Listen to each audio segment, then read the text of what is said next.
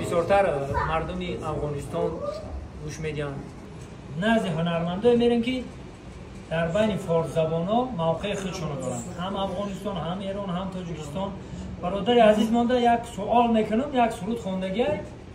چک چک بارانی بهار شیرین، چک چک باران بهار شیرین است. اینو میدونم، اولین بار ای تاجیکستانی شنیدمش. نامش چیه میدونی؟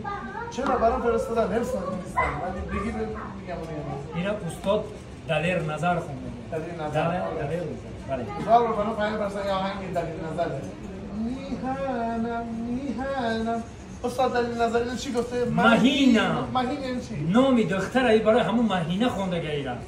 این مهینه نامی دختر است. برای همون مهینه یک دوست داشته، اطلاعی که ما دارم. دوستش کینو رژیسور بوده، فیلم برآورد میگرفته. همون گفته که نام دوست دختری من مهینه، برای مهینه سرود بخوام. مهینم خنجر زدم بر سینه. ما رو جدا کرده فارسی زبان. من گفتم بهش میومدیم توی ایران ما این آهنگ می‌دونیم برای اینکه فارسی زبان رو اصلا نداشت. بعد گفت نه اینو برای عشقش مونده. گفتم زنگ زد تا دخترش. میگه اگه جور کردن درسته.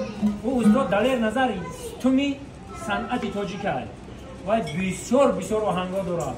همین مجنون نبودم که میخونم کو مجنون نبودم مجنون کردی